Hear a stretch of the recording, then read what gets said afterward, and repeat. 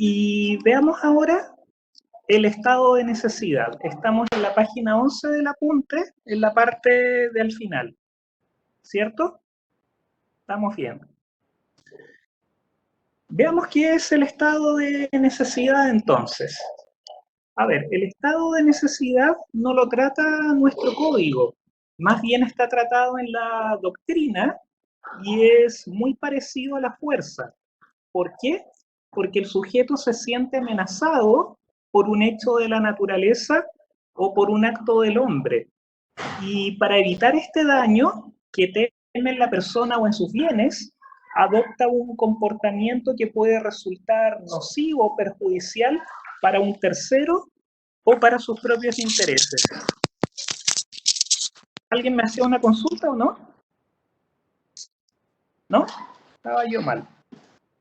Podría ser el caso, esto del estado de necesidad, en el cual aumenta el cauce de un río y una persona haga un hoyo, un agujero en su propiedad para evitar que se inunde y pase a la del vecino.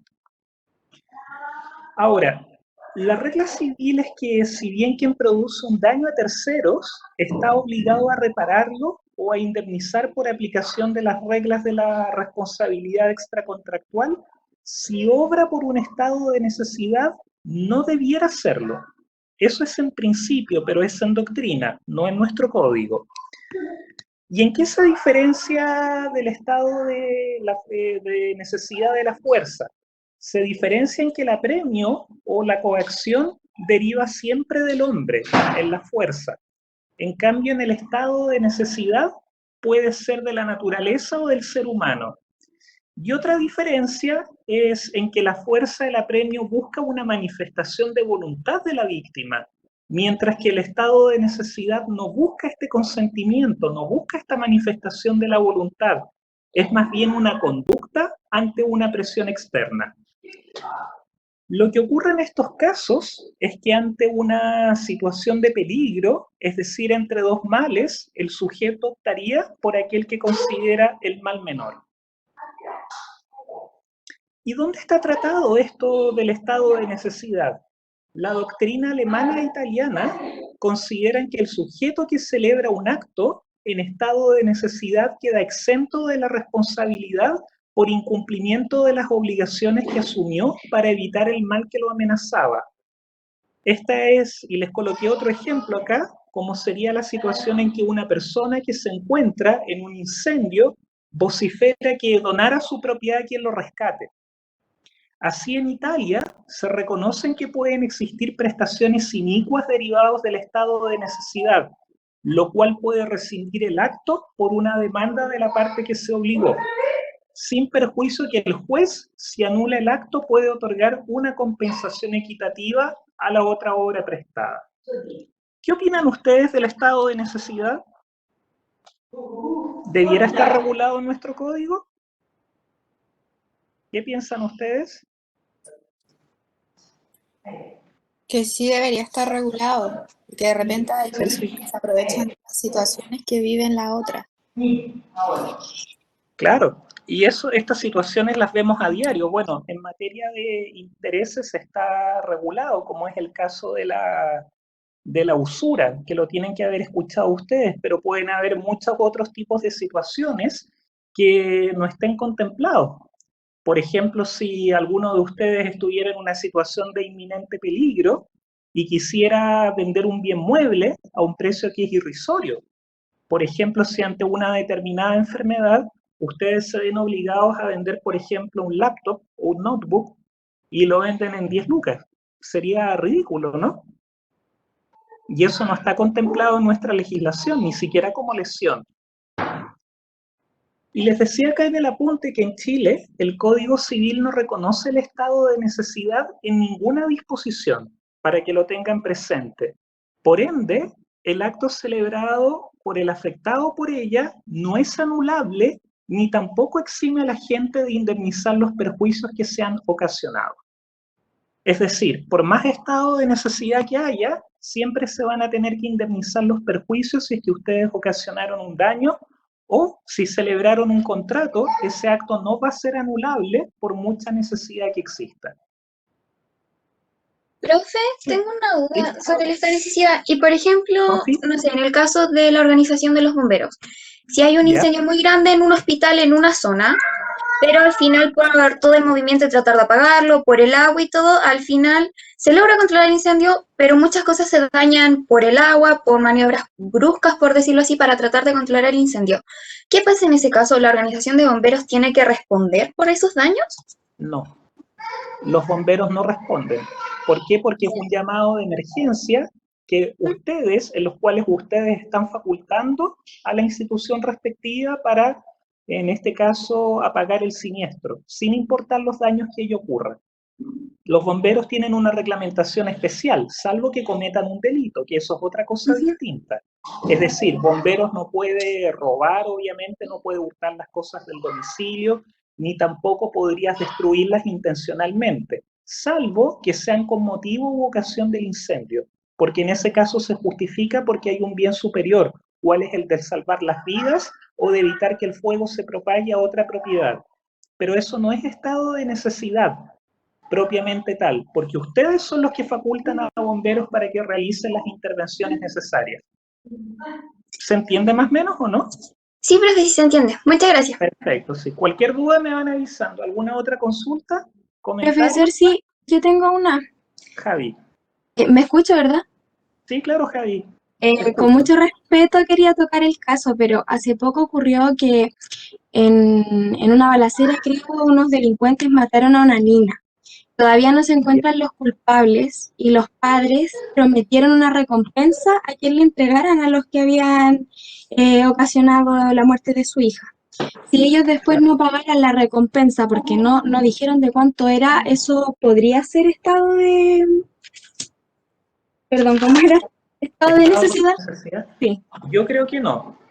A ver, porque en este caso hay dos cosas. Desde el momento en el cual ustedes ofrecen una recompensa, esa recompensa es a una persona indeterminada. ¿Se acuerdan cuando vieron en acto jurídico cómo era la formación del consentimiento? Que emanaba de dos actos, de la oferta y de la aceptación. ¿Ya? Y la oferta podía ser a una persona determinada, que es cuando va dirigida a un sujeto en específico, o indeterminada cuando va al público en general. ¿Ya? En este caso, habría una propuesta efectuada a una persona indeterminada, pero esa propuesta no va a ser obligatoria para el agente que la formula. ¿Se entiende un poquito, no? ¿O estoy muy difuso? No, sí, profe, sí se entiende, gracias. ¿Sí? No va como dirigida a una persona determinada, por lo tanto, al no existir una determinación en cuanto al destinatario de la oferta, no se podría materializar el consentimiento, a mi modo de ver. ¿Mm? ¿Algún otro comentario o consulta? ¿De qué es, Javi? Profe, pero al no existir como el consentimiento, como que se formule bien, pasaría a ser como un tipo de obligación ¿cómo se llama? Obligación natural, como que, pues yo lo digo en el caso de que paguen y después se arrepientan y quieran como quitarle lo que pagaron de recompensa. Sí, te sigo, Luis. Vamos por parte. Las obligaciones naturales, según entiendo, ustedes no las han visto, ¿cierto? Algunos sí, otros no. Ah, ya. Para explicarle yo un poco a los compañeros que no lo hayan visto, ¿qué son las obligaciones naturales? Que lo van a ver en el curso de tercer año, este primer semestre. Las obligaciones naturales son aquellas que no dan acción, sino excepción para el cobro. ¿Qué quiere decir esto en castellano? Son aquellas obligaciones que yo no puedo cobrar, pero que si me pagan, puedo retener lo que me han dado pagado en virtud de ellas. La ley no me faculta cobrarlas, pero si me pagan las puedo retener. ¿Dónde están reguladas las obligaciones naturales? En el artículo 1470 del Código, y allí el Código contempla 4 casos de obligaciones naturales. ¿Ya?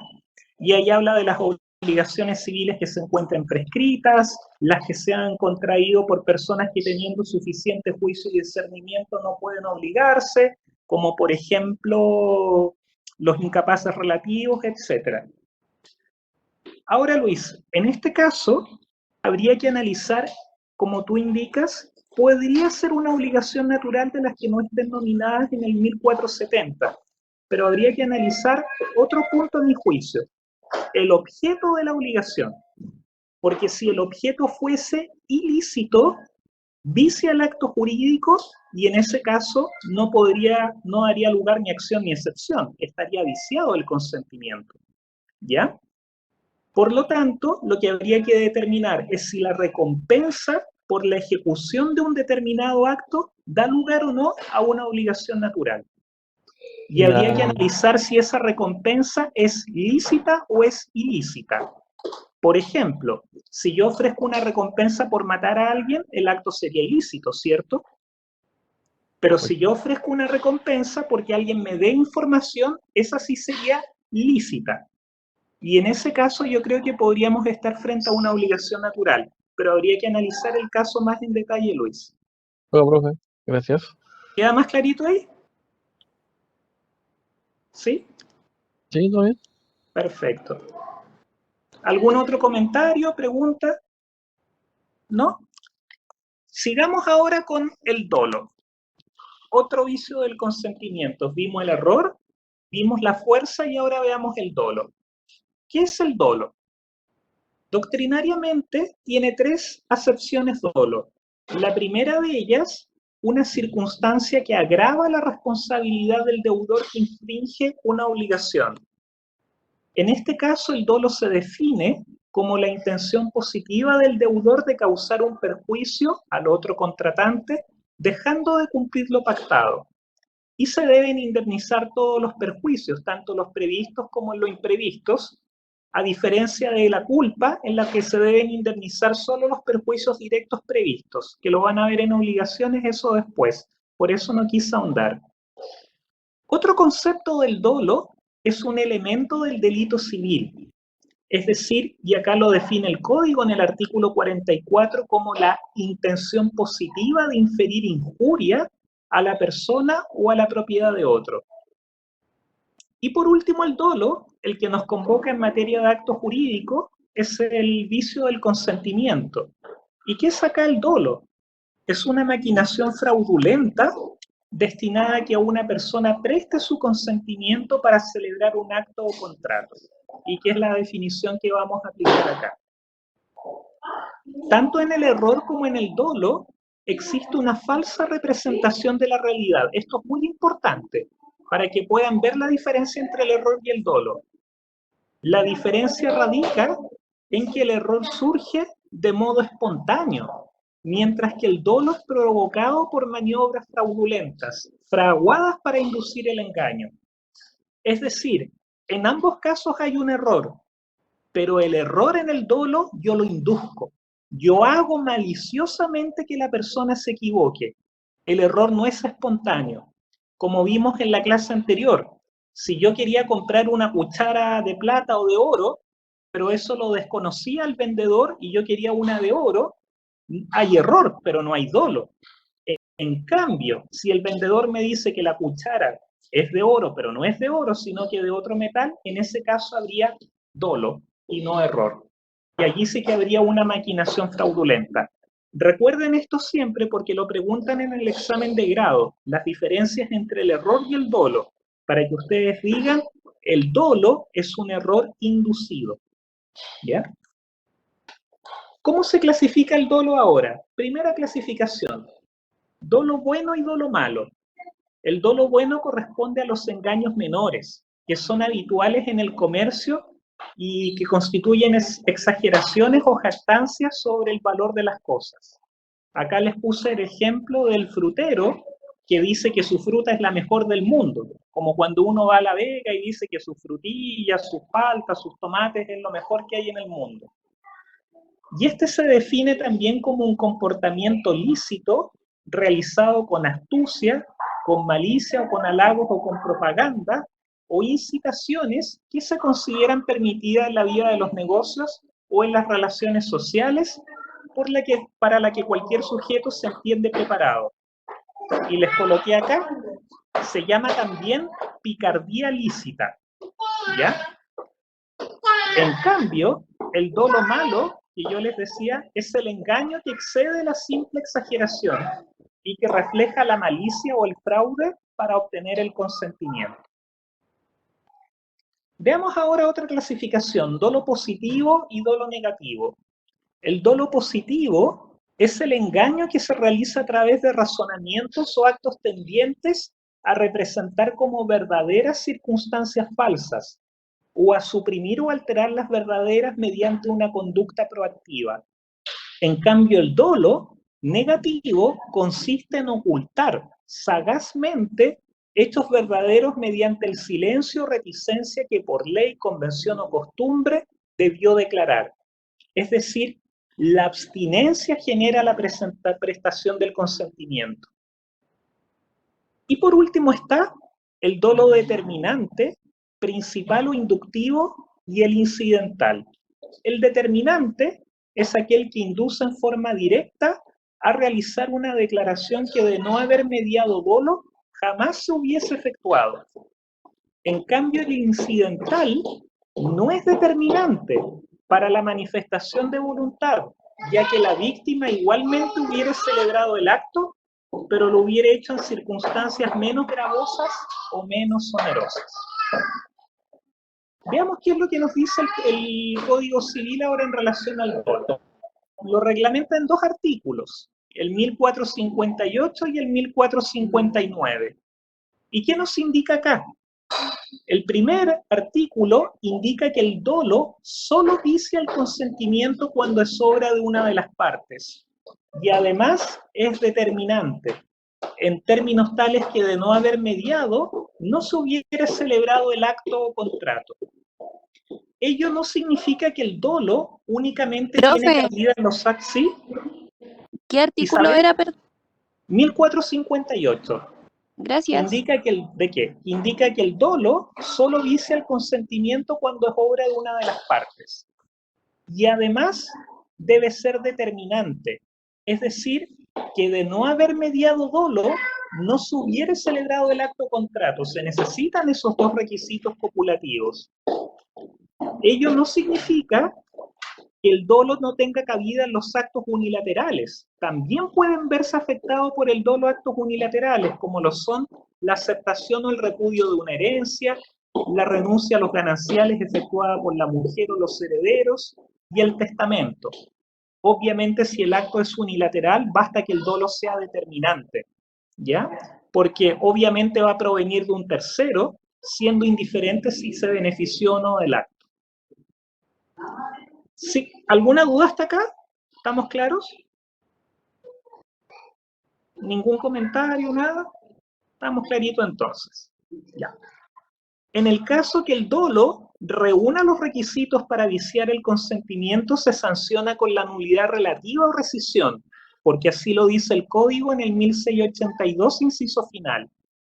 Ahora, si no cumple los presupuestos para viciar el consentimiento, esto es cuando el dolo no es determinante, no es principal, o bien, siendo determinante es obra de un tercero, no va a viciar el consentimiento, ni tampoco la validez del acto, pero da derecho a exigir una indemnización de perjuicios contra la persona o personas que lo han fraguado, por el total de los perjuicios ocasionados o contra aquellos que sin fraguarlo, que sin materializarlo, se han beneficiado de él, solo hasta la concurrencia de dicho provecho. Si lo ocasiona un tercero, recuerden, da derecho a exigir el total de los perjuicios. En cambio, si lo ocasiona un tercero, les decía, da derecho a exigir una indemnización de perjuicios contra todos los que lo han fraguado, por el total de los perjuicios ocasionados, o contra aquellos que sin fraguarlo se han beneficiado de él solo hasta la concurrencia del dicho provecho. ¿Ya? Si son autores del dolo, fraguarlo, todos los perjuicios. Y si no son autores, sin fraguarlo, solo hasta el monto del beneficio. Ahora, en el caso que el dolo vicie el consentimiento, es irrelevante que la víctima haya sufrido o no perjuicios, ¿ya? La existencia de los mismos no se requiere para demandar la rescisión del acto. Incluso más, les coloco en el apunte, puede ser que el acto le haya sido beneficioso y aún así podrá requerir la nulidad. En cambio, si el dolo no vicia el consentimiento, es esencial la existencia del perjuicio, ya que sin ellos no es posible requerir indemnización. Y les pregunto a ustedes acá, si el dolo vicia el consentimiento y el acto me reporta beneficio, ¿por qué creen que igualmente yo puedo pedir la declaración de nulidad? ¿Qué piensan ustedes? Yo celebré un acto contrato y el acto me reporta beneficio. ¿Por qué podría pedir yo la nulidad?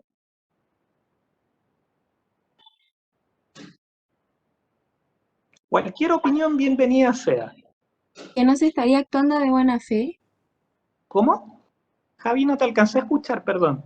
¿Por qué no se estaría actuando de buena fe? Exacto. ¿Qué es lo que sanciona el código? Sanciona la mala fe. Y recuerden, dolo es sinónimo de mala fe, a diferencia del error en donde no hay mala fe. Por lo tanto, el dolo, si me engañan, si me mienten, si ocurre algo malo, siempre voy a tener yo la opción de pedir o de reclamar la nulidad. Aunque el acto me beneficie, porque se protege la buena fe, como nos dijo la Javi, y se sanciona la mala fe.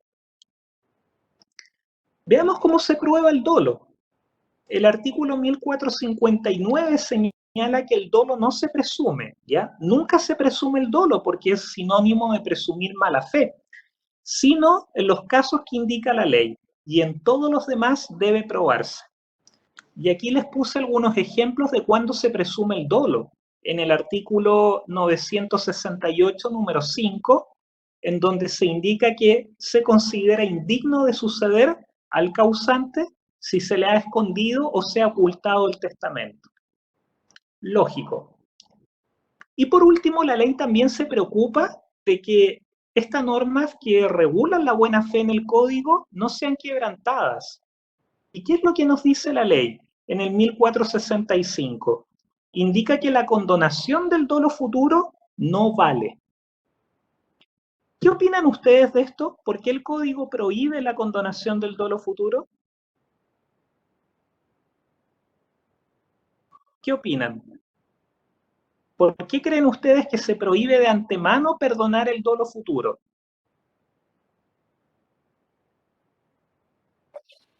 Porque se está presumiendo que va a existir mala fe. Exacto, Sigrid. Sería como condonar anticipadamente la mala fe. Y no solo eso, si yo acepto que se condone el dolo futuro, lo que estoy diciendo es incentivar que pueda existir la mayor mala fe posible.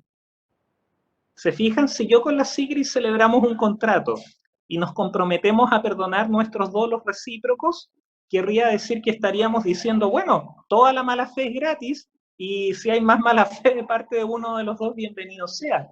¿Ya? Ahora, la prohibición es para condonar el dolo futuro, pero eso no obsta a que el dolo sea perdonado o condonado una vez que ha sido cometido y que ha sido conocido por la víctima de este. ¿Ya? Por eso, si hay condonación de dolo futuro, estamos en presencia de objeto ilícito y se sancionaría con la nulidad absoluta.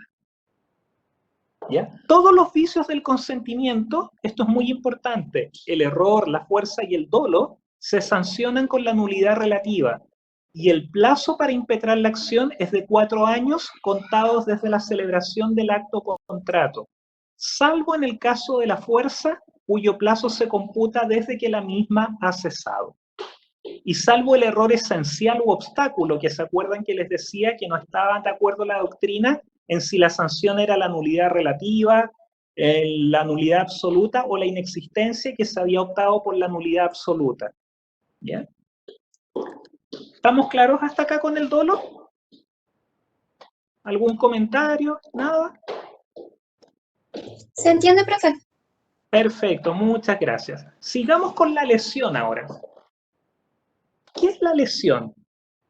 Se define como un perjuicio pecuniario o patrimonial que sufre una persona como consecuencia de la celebración de un acto jurídico, lo cual resulta de la desigualdad que existe entre la ventaja obtenida y el sacrificio hecho para obtenerla. Nuestro código inicialmente la contempló como un vicio del consentimiento en el año 1853, Sin embargo, Andrés Bello después se arrepintió, ¿ya? Y eliminó esto como un vicio del consentimiento, limitándose a tratarla solo en determinadas disposiciones, pero no como una institución.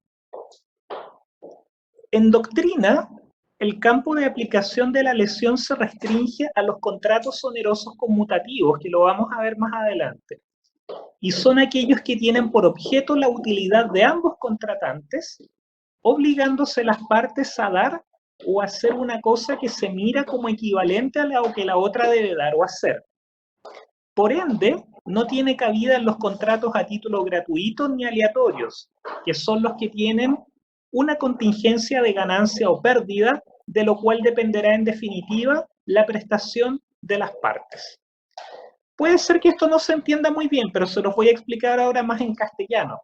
Los contratos onerosos conmutativos son aquellos en que ambos resultan beneficiados, como una compraventa, un arrendamiento, cualquier contrato. En cambio, los contratos unilaterales es donde solamente uno se obliga, y lo mismo pasa a título gratuito, es decir, donde yo hago una donación. Si yo hago una donación estoy regalando, por lo tanto no puede haber lesión. Ni tampoco en los contratos aleatorios, que son aquellos que tienen una suerte de ganancia o de pérdida. ¿Quién me podría dar un ejemplo de algún contrato aleatorio? ¿A quién se le ocurre? Un contrato que estaría como destinado a la suerte. Comprarse un billete de lotería, por ejemplo. Exacto, Gabriela. Ese es un contrato aleatorio. Las apuestas, las rifas. Y les voy a poner yo otro ejemplo para que me digan si es aleatorio o no. ¿El contrato de seguro es aleatorio o no?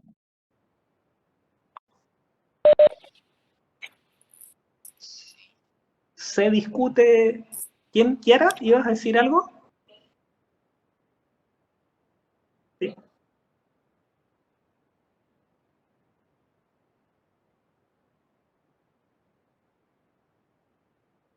Claro. Miren, les voy a ir ahora para que vayamos desarrollando el criterio jurídico, que es lo que me interesa en este módulo de integración, para que no nos quedemos tanto en la parte teórica, porque en la parte teórica, si se fijan, están bien. Pero les pregunto ahora, ¿cuáles son las obligaciones del contrato de seguro? ¿Cuál es la obligación del que contrata el seguro? Si yo contrato el seguro, ¿qué tengo que hacer? Pagar una cantidad de dinero cada mes. Exacto. Gracias, Luis. Gracias, Sigrid. ¿Y cuál es la obligación de la compañía aseguradora? En teoría, responder si yo tengo un accidente. Exacto. Pero ¿cuál es? Esa es la consecuencia.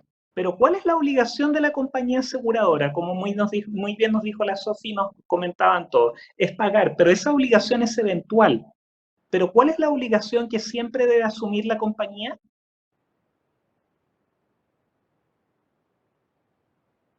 Hacerse cargo del riesgo. La indemnización es eventual. Yo contratante tengo que pagar la prima, pero el asegurado también está contrayendo una obligación, y esa obligación es hacerse cargo de los riesgos. Los riesgos ya no son míos, los riesgos ya se los pasé a un tercero. Esas son las obligaciones del contrato de seguro, y por ello se estima que el contrato de seguro no es aleatorio, porque ambas partes asumen obligaciones, una hacerse cargo del riesgo y la otra pagar la prima. ¿Qué es lo eventual en el contrato de seguro?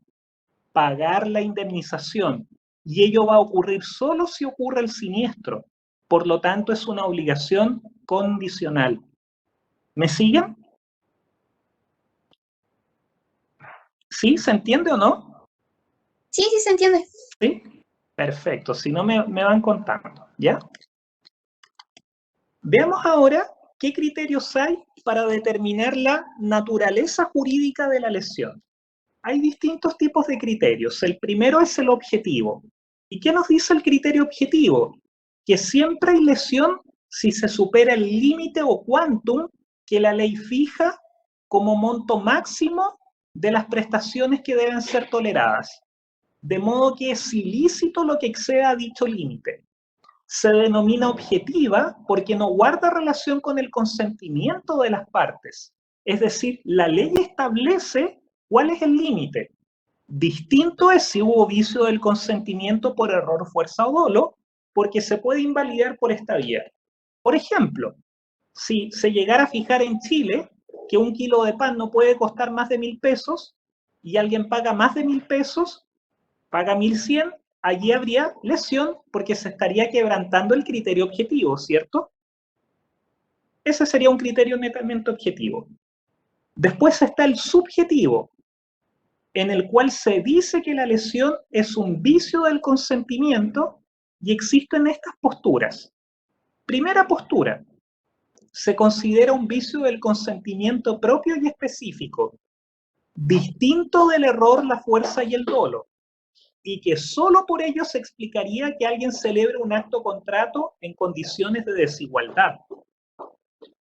Y una segunda postura nos indica que, si bien es un vicio del consentimiento, es el resultado del error, de la fuerza o dolo que ha padecido la víctima, y por ende sería algo accesorio a este error, a esta fuerza o a este dolo. Esta segunda postura, que dice que sería una consecuencia o algo accesorio al error o la fuerza o dolo, se le critica bastante, ya que no aporta antecedente alguno. ¿Por qué? Porque si la lesión es una consecuencia del error, la fuerza o el dolo, bastaría por anular el acto con dicha causal. Se fijan, no sería necesario acudir la lesión, si ya estaría viciado por error, fuerza o dolo, que se caiga el acto por dicha causal. Y respecto de aquellos que no lo consideran un vicio del consentimiento, que lo consideran, perdón, un vicio del consentimiento distinto, se les hace presente que parece antijurídico que cualquier persona pudiese pedir la nulidad cuando está en una posición desfavorable para sus intereses. Es decir, la estabilidad de las relaciones jurídicas obligarían a desechar este criterio de carácter subjetivo. ¿Qué opinan ustedes? ¿Les parece que es un vicio del consentimiento distinto la lesión, que sería una consecuencia del error, de la fuerza o del dolo? ¿Qué les parece?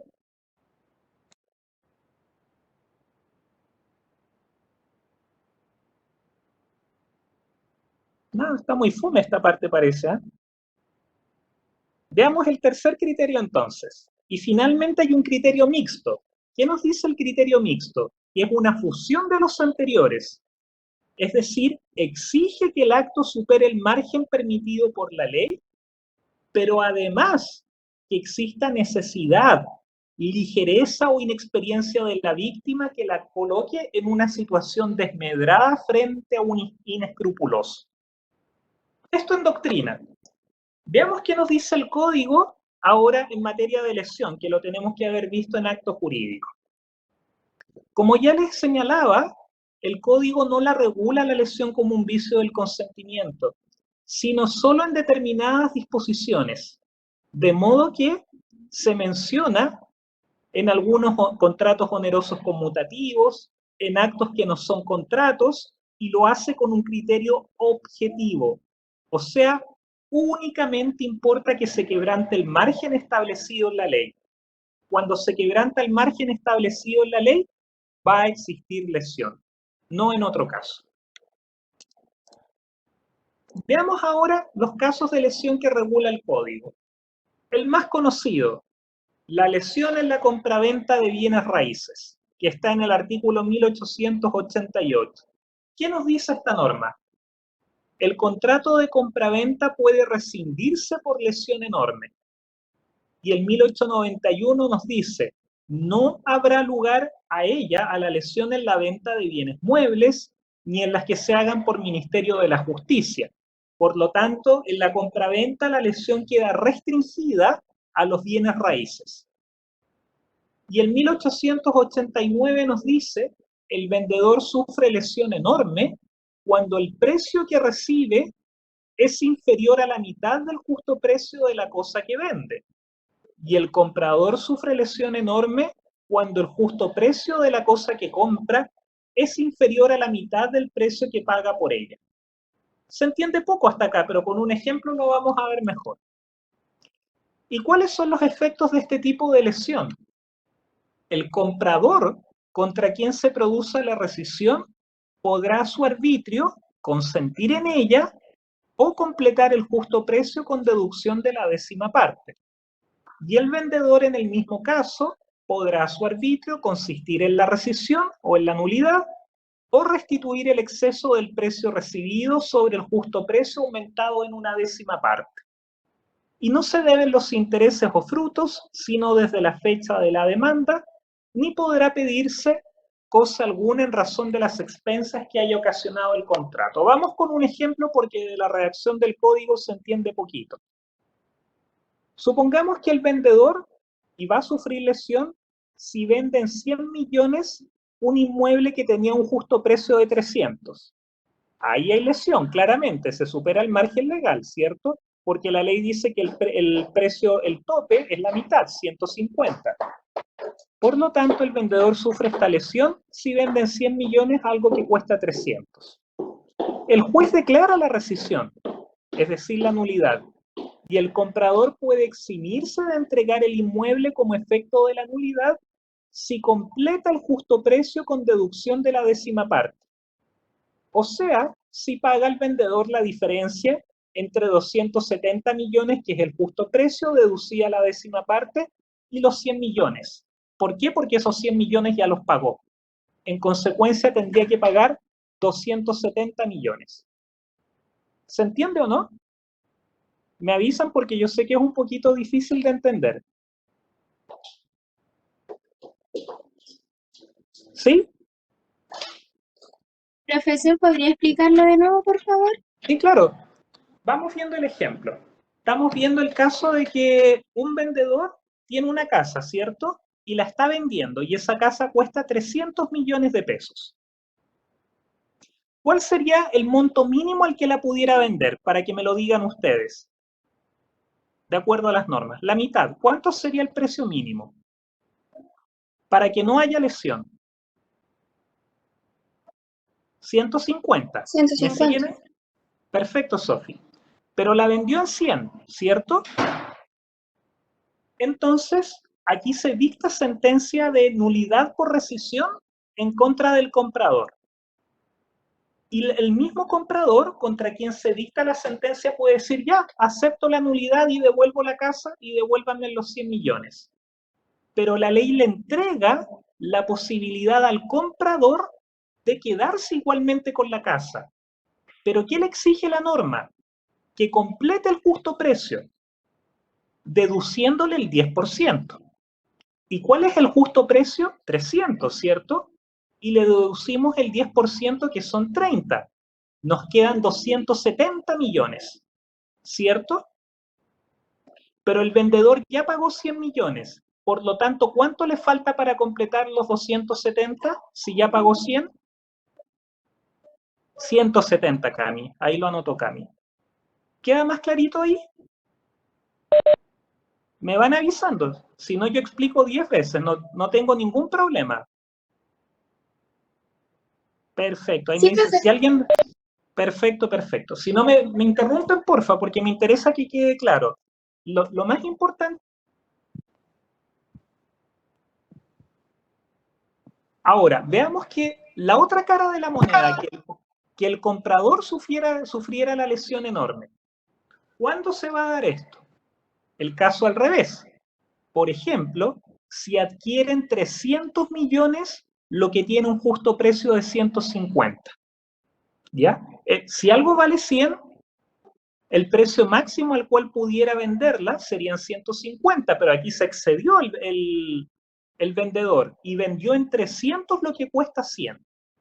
Se declara la nulidad y el vendedor puede impedir, en este caso, las prestaciones de la nulidad, de volver al estado anterior. ¿Y qué nos dice la norma? Pagando el exceso que resulta de la diferencia entre los 110 millones, que es el justo precio aumentado en su décima parte, y 300 millones. Recuerden, el justo precio aumentado en su décima parte y lo que cuesta la casa, y lo que pagó, 300 millones. Devolviendo esa diferencia, teníamos que el justo precio era 100, y si lo aumentamos en un 10% queda en 110. Pero al final esta persona la vendió en 300, y el código le exige que devuelva esta diferencia. ¿Cuánto debiera devolver entonces el comprador para quedarse con la plata y no tener que hacer las prestaciones?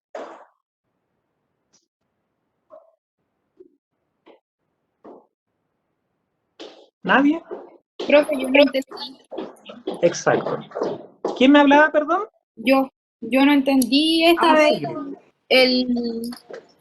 la operación matemática, no. Sí, perfecto, Sigrid. La explico de nuevo. Ningún problema, por favor, váyanme interrumpiendo. Quiero que vayan aprendiendo, ¿ya? El comprador, en este caso estamos viendo que sufre la lesión enorme. ¿Y cuándo va a sufrir la lesión enorme el comprador? Cuando paga más de la mitad del justo precio, ¿cierto? Por lo tanto, en este caso está pagando, como les coloqué en el ejemplo, 300 millones, pero algo vale 100. Por lo tanto, excede el 50% de estos 100. Y le dictan sentencia en contra del comprador, perdón, porque el comprador se aprovechó, ¿ya? Perdón, el comprador sufrió la lesión, ¿ya? Lo compró muy caro algo. Y el vendedor, que fue el que recibió la plata, puede permitir que el contrato quede válido. El vendedor que se aprovechó. Y para esto debe pagar el justo precio aumentado en su décima parte. ¿Cuánto era el justo precio?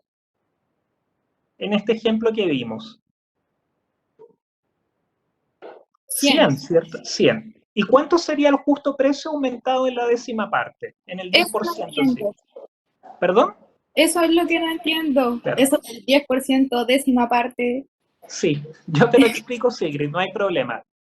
A los 100, que es el justo precio, le tenemos que aumentar el 10%, porque así nos dice el código. ¿Ya? Entonces nos quedaría 110. ¿Me sigues ahí? Sí, ahora entendí, profe. Ahora sí. Si no interrumpen, no más, Sigrid, todo lo que quieras, no te preocupes, ¿ya? Tenemos el código nos exige que cuando hay lesión en este caso, aumentemos imaginariamente el justo precio en un 10%, en la décima parte. Teníamos que era 100 el justo precio y lo aumentamos a 110. Y nos exige que a esto le descontemos la diferencia de lo que efectivamente recibimos, que fueron 300. 300 recibió el vendedor. Y lo que el código me está pidiendo para dejar el contrato válido es que devuelva la diferencia entre 300, que es lo que recibí, y el justo precio aumentado en 10%, que serían 110. Por lo tanto, ¿cuánto debiera devolver yo, vendedor? 190. Exacto. Perfecto. ¿Y cuánto había pagado ya? 300. Claro. Tendría que devolverle al vendedor 190. Bien, Sigrid. ¿Ahora sí se entiende esta parte un poquito mejor? Perfecto. Estamos bien. ¿Profe? ¿Sí? ¿Aló? ¿Se escucha? Sí, Cami. Hola, tengo una Hola. consulta con respecto a eso, porque yo entiendo que la lesión se produce solo en contratos de bienes raíces, pero Así si es. yo, por ejemplo, accedo a vender una propiedad al menor valor que, por ejemplo, debiese costar, ¿no es ¿Ya? bajo mi voluntad? Perdón, no te escuché lo último, Cami. Ya, pues, yo vendo una propiedad, ¿cierto? A ¿Ya? un menor valor, por ejemplo, de ¿Ya? lo que debiese costar. Pero ¿Ya? yo lo estoy haciendo según mi propia voluntad, po. Claro. Entonces, ¿en qué minuto después se alega la lesión si en un comienzo el contrato fue a voluntad de las partes? Claro, y por eso no es un vicio del consentimiento, Camila. Por eso el código no lo trata como un vicio, porque como tú dices, el consentimiento no está viciado. Claramente fue la voluntad de las partes la que intervino. No hay vicio, pero la ley se preocupa mucho del tema del bien raíz. ¿Y por qué se preocupa mucho del bien raíz? Nuestro código, miren el análisis histórico que les voy a hacer. Va a ser como un análisis más bien político el que les voy a decir ahora. ¿Cuál es el único bien que protege nuestra Constitución y nuestro código? Para decirlo con todas sus letras. Los bienes raíces, la propiedad privada. La propiedad privada. El derecho de propiedad. Muy bien. Eso es lo único que se está protegiendo en nuestra Constitución hoy en día. Y en nivel de Código Civil. Que ojalá esto lo podamos cambiar y podamos colocar otro tipo de bienes también que son mucho más importantes.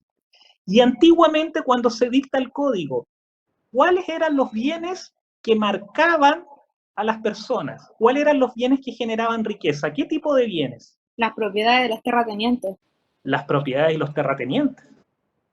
Si se fijan, esta norma está destinada a proteger a una clase que tenía la posibilidad y que era terrateniente y que quería comprar bienes por el elevado costo que ellos tenían.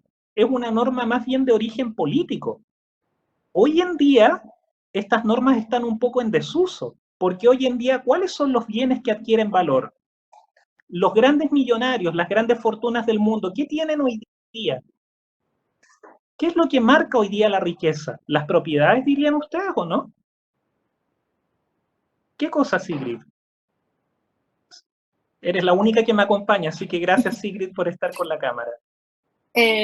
Pueden ser harto desamovidos lo que son las acciones, por Eso ejemplo, es, como el Bitcoin, todo lo que el tipo de criptomoneda, todo eso. claro.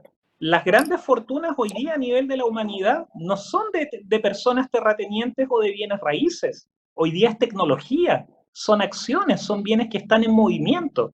Entonces esto le refleja un poco lo anquilosado que está el código. Esta legislación se hizo para proteger a las familias que tenían grandes propiedades. Y ese era el objeto. Los bienes muebles, el código no se preocupaba. ¿Les parece? ¿Les cuadra lo que les digo? Sí, profe, Sí, tiene profe. razón lo que dice, pero el problema es que lo que usted dice tiene razón, pero entonces estamos tratando con un código que está retrasado para nuestra época porque ahora deja desprotegido otras cosas que en la actualidad se usan. Y claro que está retrasado nuestro código. Yo digo que está retrasado a lo menos 150 años y concuerdo totalmente contigo, Sofía.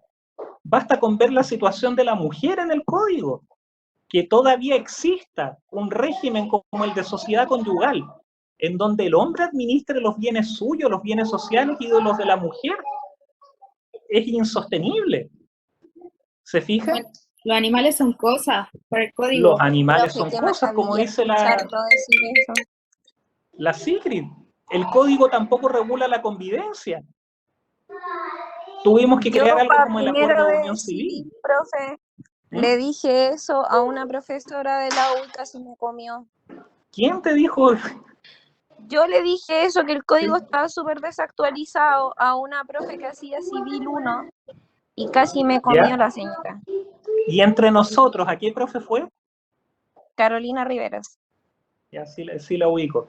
Para mí el código, yo concuerdo con ustedes, está totalmente desactualizado y requiere una intervención profunda por los derechos de la mujer, por los derechos de las parejas convivientes y por muchos otros derechos, los derechos reproductivos.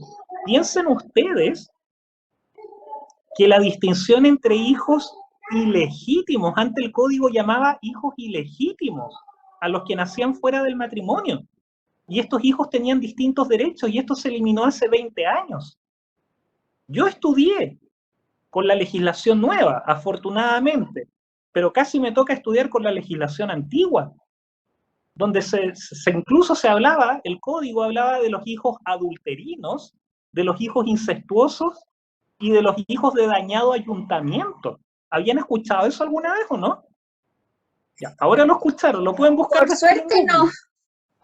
¿Ya? Pero lo pueden escuchar en Google, y eso en el código estaba vigente hasta hace 20 años. Y en nuestro Congreso fue una discusión ardua para poder eliminar eso porque habían parlamentarios que insistían en que esto fortalecía a la familia, siendo que el 80% de los hijos nace fuera del matrimonio. Nace fuera. Es que el código es muy moralista, entonces, como está tan antiguo, era la época. Totalmente. ¿Ya? Y lo del matrimonio. Piensen ustedes, hace 15 años que tenemos una ley de divorcio. Antes ni siquiera había ley de divorcio. Y también generó una discusión amplia y fuerte el tema del divorcio. ¿Ya? ¿Se acuerdan de eso, no? Sí. Y hoy día... Yo creo que el código necesita reestructurarse y actualizarse completamente porque se están viendo cosas irreales. O sea, ¿cuánto porcentaje de la población chilena se casa hoy en día? Muy poca gente. Y el único consejo que yo les puedo dar es traten de convivir el mayor tiempo posible. No me acusen después de que soy un poco liberal ni nada, pero ojalá traten de convivir. Así se conoce la pareja y todo. ¿Mm? En fin. ¿Algún otro comentario? ¿Duda? Profe, entonces, con respecto a la lesión, ¿se ¿Ya? pasa finalmente solo a ver, ¿cómo lo puedo decir? Como porque está de forma... a ver, no, espéreme, deja plantearme de nuevo. El Ya, tema Cami, de no la te lesión preocupes. se pasa entonces como materia solo porque está estudiado por la doctrina y no porque en el fondo en la vida jurídica ahora se realice de verdad, porque cuando uno va a comprar una propiedad primero pasa a un tasador, etcétera. Entonces, miles de cosas antes de que ocurra la lesión. Ya, pero está regulado jurídicamente y también lo trata la doctrina. Y hay pocos casos de lesión, pero en la práctica suelen darse. Más que con los bienes raíces urbanos, con los bienes raíces de carácter rústicos o con las propiedades rurales. Ya, profe. ¿Ya? Sigamos viendo. Habíamos visto cuando existía la lesión en el contrato de compraventa de bienes raíces. ¿Y qué nos dice el código? El código se preocupa de que esta norma no sea burlada, de que este máximo que establece sea quebrantado. Y por ello, ¿qué nos indica? Que no podrá intentarse la acción rescisoria por lesión enorme. Ese pacto no vale. Y si por parte del vendedor se expresare la intención de donar el exceso, se tendrá por no escrito. Es decir, si alguien pacta que no va a haber lesión enorme, esa estipulación no produce efecto. Y si el vendedor aún así dice que va a donar el exceso, se entiende por no escrita. ¿Ya? Y esta acción rescisoria prescribe en 4 años contados desde la fecha del contrato. Veamos otro caso de lesión. En la permuta, en el intercambio, este trueque, también puede haber lesión. ¿Y qué nos dice el artículo 1900 acá? Que las disposiciones relativas a la compraventa se aplicarán a la permuta en todo lo que no se oponga a la naturaleza de este contrato. Y cada permutante será considerado como vendedor de la cosa que da, y el justo precio de ella a la fecha del contrato se mirará como el precio que paga por lo que recibe en cambio. Es decir, si hay una permuta, hay que traducir el valor de las propiedades en dinero, y si eso quebranta los márgenes legales, hay lesión. Lo mismo que en el caso anterior. Veamos otro caso de lesión, en la cláusula penal. ¿Qué es la cláusula penal? Es una evaluación anticipada que hacen las partes de los perjuicios que deriven del retardo del cumplimiento de una obligación. Se llama cláusula penal enorme a la que es excesiva o desmesurada, por lo que en consecuencia pierde su carácter indemnizatorio convirtiéndose en un lucro para el acreedor. Por ello, el artículo 1544 dispone: cuando por el pacto principal una de las partes se obligó a pagar una cantidad determinada como equivalente a lo que la otra parte debe prestar, y la pena consiste asimismo en el pago de una cantidad determinada, podrá pedirse que se rebaje de la segunda todo lo que exceda el duplo de la primera, incluyéndose esta en él. ¿Ya? Es decir, si ustedes pactan una indemnización de perjuicios anticipada, por ejemplo, yo quiero comprar un auto y la otra parte se compromete a hacer entrega del auto y yo a pagarle el auto en 1 millón, y estipulamos que si no se celebra el contrato va a haber una multa de 2 millones, esta multa es inválida. ¿Por qué? Porque el monto máximo que establece la ley es hasta el duplo de la primera. Todo lo que exceda el duplo de la primera no tiene valor. La lesión ahora es la aceptación de una herencia. Veamos otro caso. ¿Qué nos dice el 1234 acá en materia de herencia? La aceptación hecha con los requisitos legales no podrá rescindirse sino en el caso de haber sido obtenida por fuerza o dolo, y en el de lesión grave a virtud de disposiciones testamentarias de las cuales no se tenía noticia al tiempo de aceptarla. Esta regla se extiende aún a los asignatarios que no tienen la libre administración de sus bienes. Se entiende por lesión grave la que disminuyera el valor total de la asignación en más de la mitad. Se entiende poco hasta ahí, pero les coloqué un ejemplo. Veamos el siguiente caso. Hay un heredero que cree que su herencia es de 100.000 pesos, pero en ese mismo testamento habían legados a terceros por 80.000 pesos. En consecuencia, la herencia sería de 20.000 pesos, y el heredero podría pedir la rescisión de esa aceptación, la que una vez declarada judicialmente dejará sin efecto la misma. ¿Ya? Eso sería en el caso de que se disminuyera mucho la herencia a un heredero por hechos de los cuales no tenía conocimiento, y se disminuye el valor de la asignación en más de la mitad. ¿Estamos claros hasta ahí?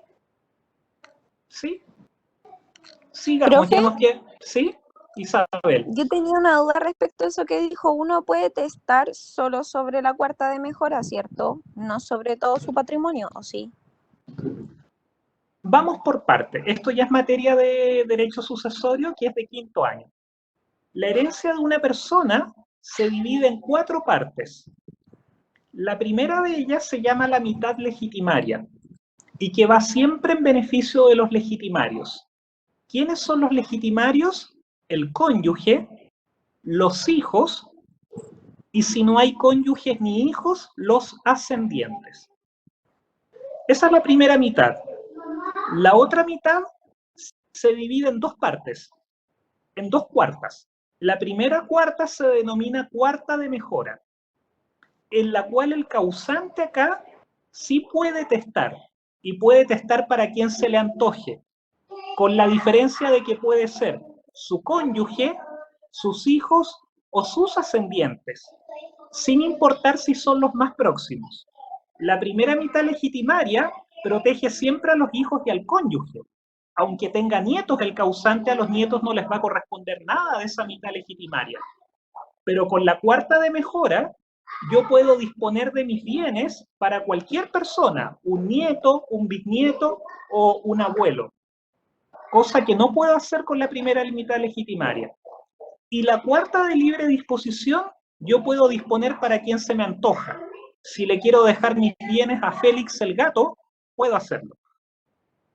Profe, ahora yo ¿Sí? tengo una duda. Lo que pasa es que eso lo explicó la profesora con la que yo tuve acto jurídico, ¿Ya? y yo tenía entendido que del circulito, la ¿Ya? mitad del circulito es para los legitimarios, el cuarto de mejora es para mejorar a los legitimarios, y el de libre disposición es para disponer a la persona que sea.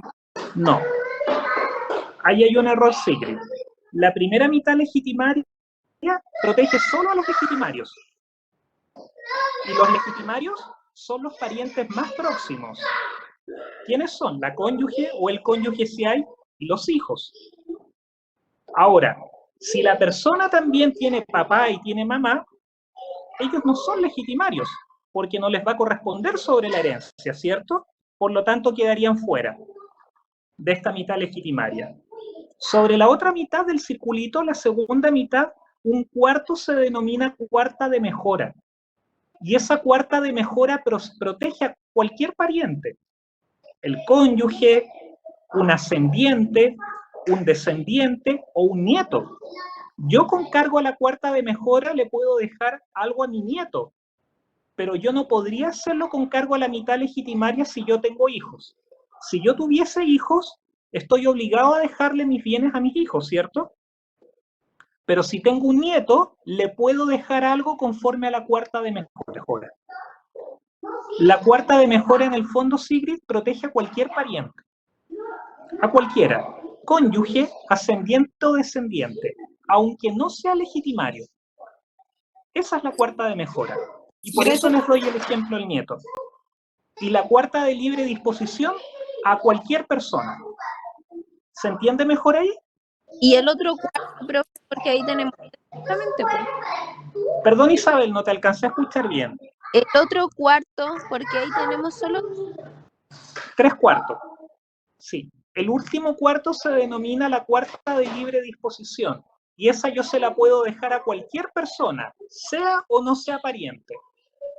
No, pues, profe, yo decía que tenemos 3 partes. Tenemos la de libre disposición, la cuarta de mejora y la que es obligatoria.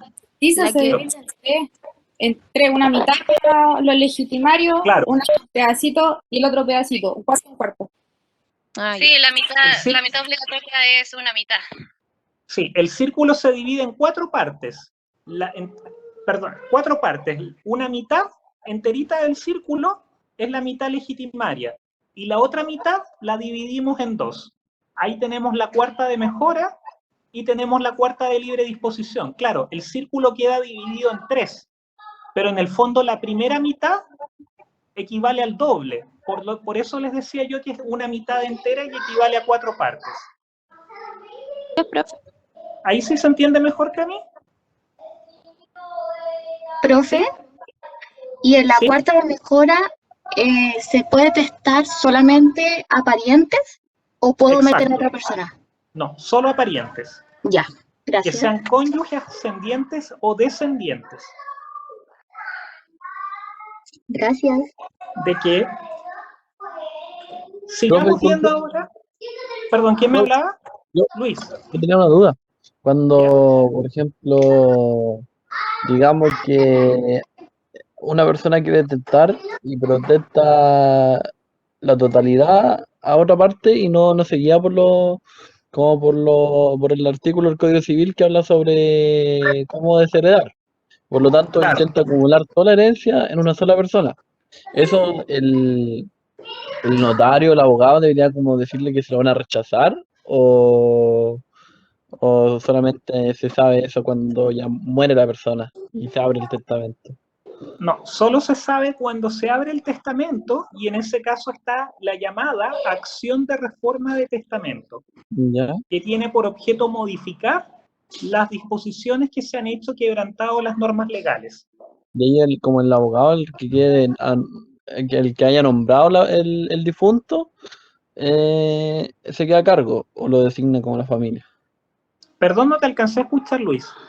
Que ahí, ¿quién hace esa, como que lo arregla? ¿Un abogado, un notario? O... No, un abogado. El notario No. nunca hace nada, el notario No, pero- solo certifica. Pero lo que voy, ¿un abogado que determina la familia o uno que determina el registro civil? El interesado, tú eliges al abogado.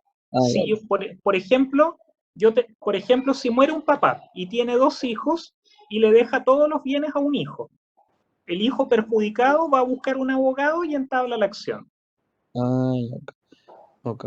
Profe, y el otro caso, y también cuando se dan cuenta de que hubo, por ejemplo, una simulación de venta ¿Ya? y por lo tanto ya no pueden, en el testamento no va a salir eso.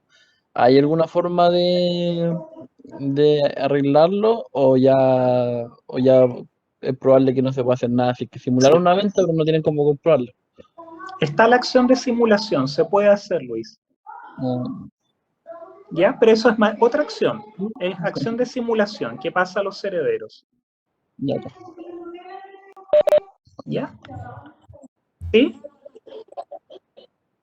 Kiara.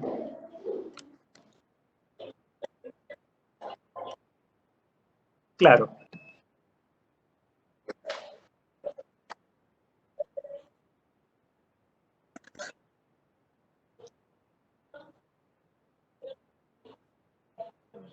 En igualdad de condiciones, pero el cónyuge le corresponde el doble de herencia de lo que corresponde a un hijo, si es que hay más de uno.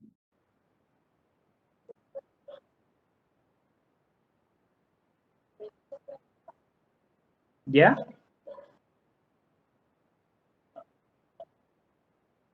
¿Ya?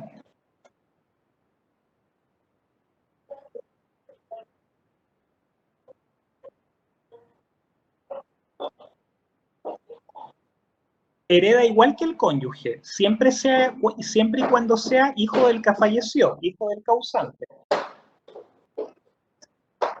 Claro, igual que el cónyuge, y hereda lo mismo. Profe, ¿Mm? ¿De y qué? una última pregunta sobre Sí, eso. Isabel. Por ejemplo, si en un matrimonio los bienes están separados, tomaron la decisión de hacerlo por bienes separados.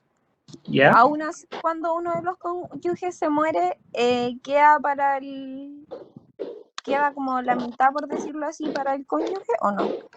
Exacto. Da lo mismo qué Sí. situación tengan el casarse. No da lo mismo, porque son dos cosas distintas.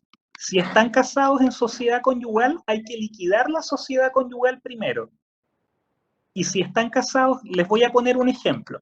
Si Pedro se casó con Carolina y compraron una casa en sociedad conyugal, muere Pedro. ¿La mitad de esa casa de quién era por estar casados en la sociedad conyugal? ¿De pleno derecho? Ah, de Carolina. Claro, ella ya tiene la casa a la mitad de pleno derecho porque era en sociedad conyugal. Y sobre la otra mitad, que no era de Carolina, ella allí pide su herencia. ¿Me sigue? Sí. Sí, profe, En cambio, si están casados con separación de bienes, la casa es de solo uno de ellos, ¿cierto? Por ejemplo, la casa es de Pedro. Y allí Carolina tendría que reclamar la mitad de la casa de Pedro. ¿Se fijan que es distinto? Sí, profe. Ahí sí, ¿alguna otra consulta, duda, comentario? Profesor, a solo modo de pregunta, y en caso de que tengan cese de convivencia, ¿eso afecta algo, pero no están separados? No, no. El cese de convivencia no produce ningún efecto hereditario. Por lo tanto, mientras se mantenga vigente el matrimonio o el acuerdo de unión civil, sigue estando vigentes los efectos patrimoniales, en este caso entre los cónyuges. Ya, gracias. ¿De qué? Pues. Y nos queda un poquitito. Veamos también la lesión en la partición de bienes. ¿Qué nos dice acá el artículo 1348? Dice que las particiones se anulan o rescinden de las mismas maneras que los contratos, y la rescisión por causa de lesión se concede al que ha sido perjudicado en más de la mitad de su cuota. Acá les coloco el ejemplo. Este caso se refiere a una comunidad o indivisión que cuando hay dos o más personas teniendo algo sobre una cosa en común. Y se acaba esta comunidad, y cada partícipe recibe lo que le corresponde según su cuota en la comunidad. ¿Y cuándo va a haber lesión? La lesión se produce si su cuota, les coloqué acá, fuere por 100.000 pesos y se le adjudican bienes por 40.000 pesos, podrá pedir la nulidad para dejarla sin efecto. ¿Ya? Más de la mitad de la cuota. Es decir, si yo recibo menos cuando se liquida, menos de la mitad de lo que me corresponde, puedo pedir la nulidad, si no estoy conforme. Eso está claro, tampoco es muy difícil.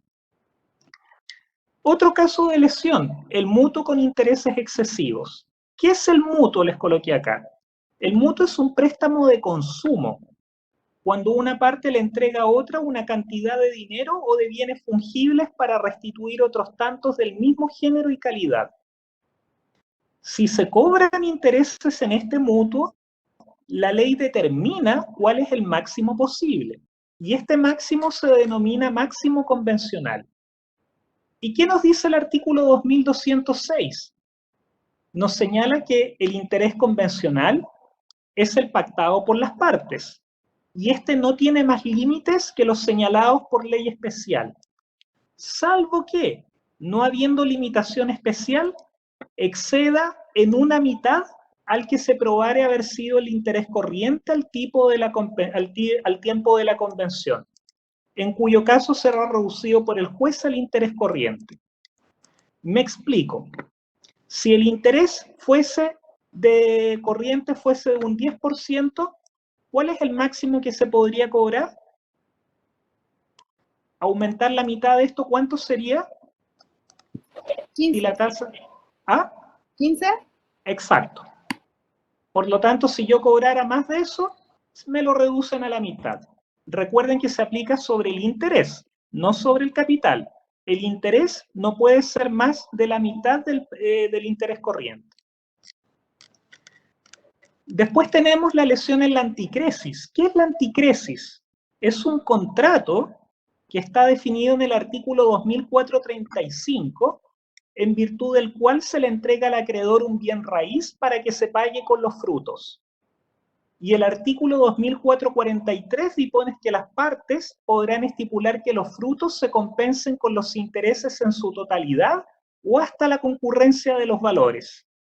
Los intereses que se estipularen estarán sujetos a la misma reducción en caso del mutuo. Es decir, si yo pacto que se pague al acreedor con una cosa raíz para que se pague con los frutos y cobro intereses, por eso que los frutos se compensen con los intereses están sujetos a las mismas reglas de antes. Y por último, y para cerrar, en cuanto a los efectos de la lesión ya vimos que no son uniformes. En algunos casos se produce la rescisión o la nulidad relativa, y en otros casos no se afecta la validez, sino que se rebaja al tope o al máximo legal que permite la norma, como ocurre con la cláusula penal, el mutuo y la anticresis. ¿Qué opinan ahora? Hemos terminado con la materia del módulo. ¿Todo claro? ¿Algún comentario? ¿Sugerencia?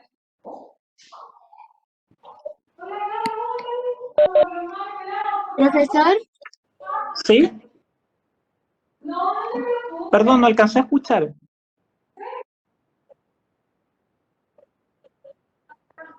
Ah, ya, gracias, Kiara, te pasaste. Para mí también me dio mucho gusto conocerlos y ojalá podamos vernos en la carrera con alguno de los cursos de los ramos, ya sea semestrales o anuales. Ahora estoy en 5º año, así que no me va a tocar con ustedes, pero espero que nos corresponda y nos podamos conocer después en el porvenir. ¿Mm? Gracias, profe, por las clases. ¿De qué? ¿Qué otra cosa Ojalá, más? profe. ¿Sofi? Nada Sí, importante, sígale nomás. Ah, ya, les iba a decir, creé un correo electrónico para que manden el trabajo. ¿Ya? ¿Lo alcanzaron a notar? Sí, ¿Sí? profe, aquí está en el WhatsApp. Perfecto. ¿Les parece el trabajo como quedamos? Lo entregan el día viernes a ese mismo correo electrónico y lo pueden hacer en grupo máximo de hasta 6 personas. Si quieren menos, pero obviamente coloquen todos los nombres en el trabajo para yo después ingresarle las notas. ¿Y qué otra cosa más? Cualquier duda. ¿Mm? No, dime, Kiara. A la hora que ustedes quieran.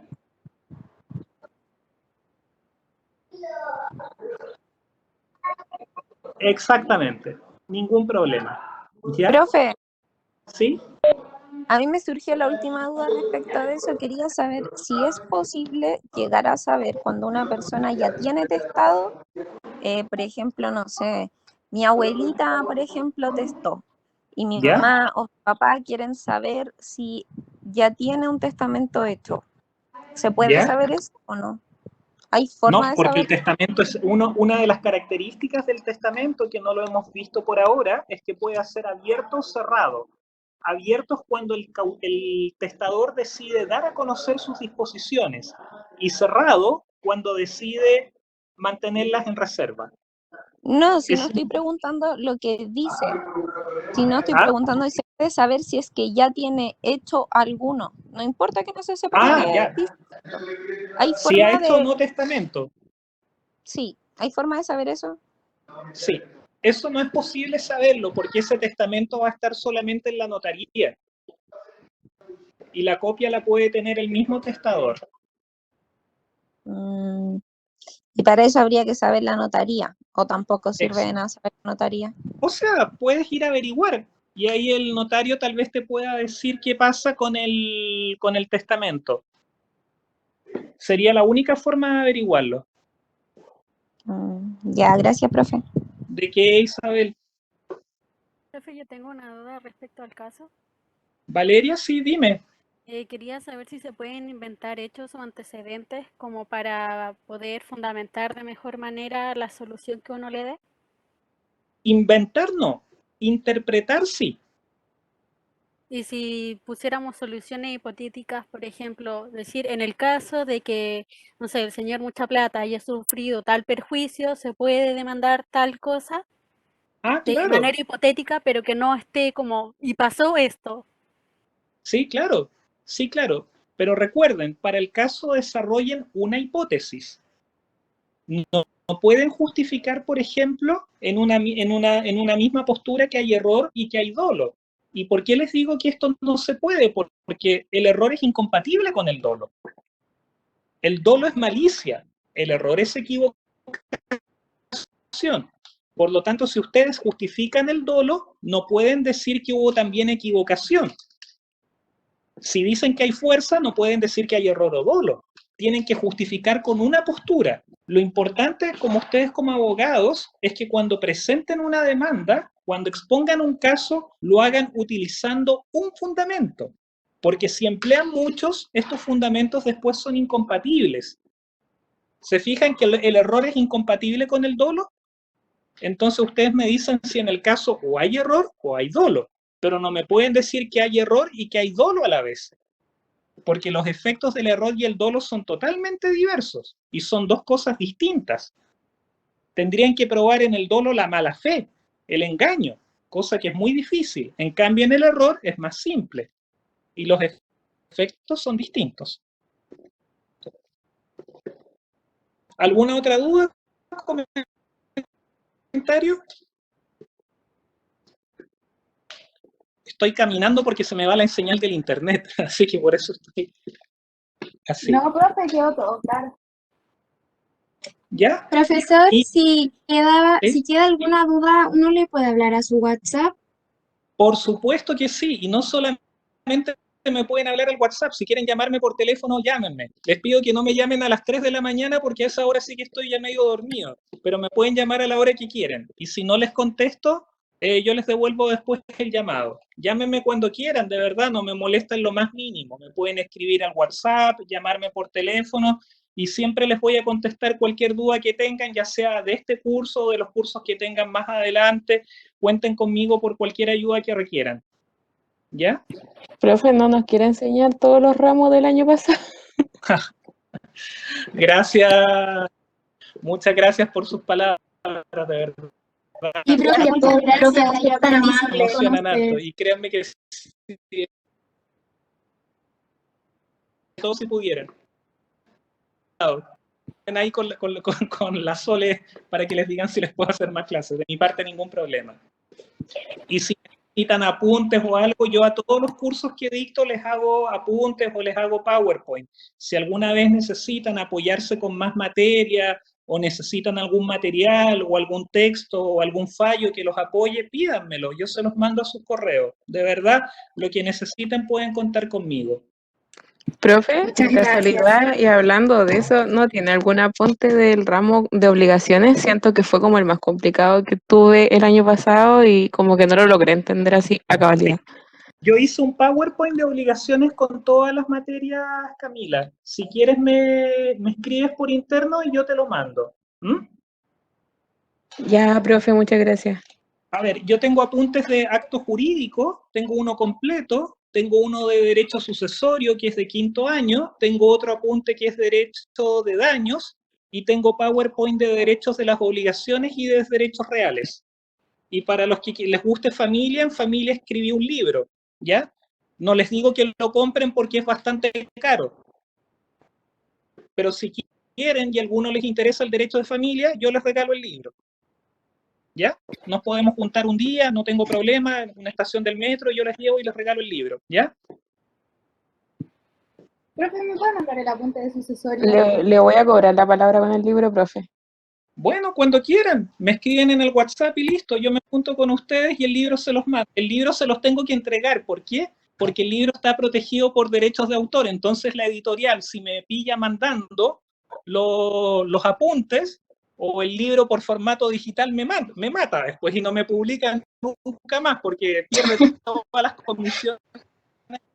Así que por eso los libros que he escrito, esos se los regalo, pero se los entrego físicamente, pero los apuntes se los mando por correo, no tengo problema en eso. Qué buena persona, profe, gracias. Muchas Ya, gracias, profe. Gracias, profe. ¿Ya? Ya, pues cualquier cosa me están escribiendo, ya saben, me pueden llamar, escribir cuando ustedes quieran y si necesitan material, apuntes o libros, me los piden y coordinamos por interno, ¿les parece? ¿Estamos entonces? Sí, profe. Muchas gracias de verdad. Gracias. Que tenga buena tarde. Igual ustedes, cualquier Chao, duda. profe, gracias. Muchísimas gracias por Chao, Chao, profe, profe, que estén gracias. muy bien. Chao, profe, gracias. Chao, chao. Un abrazo de todos para ustedes, un corazón. Estén bien. Ay, qué Chao, lindo, profe, gracias. Que Chao. esté bien. Chao, chao.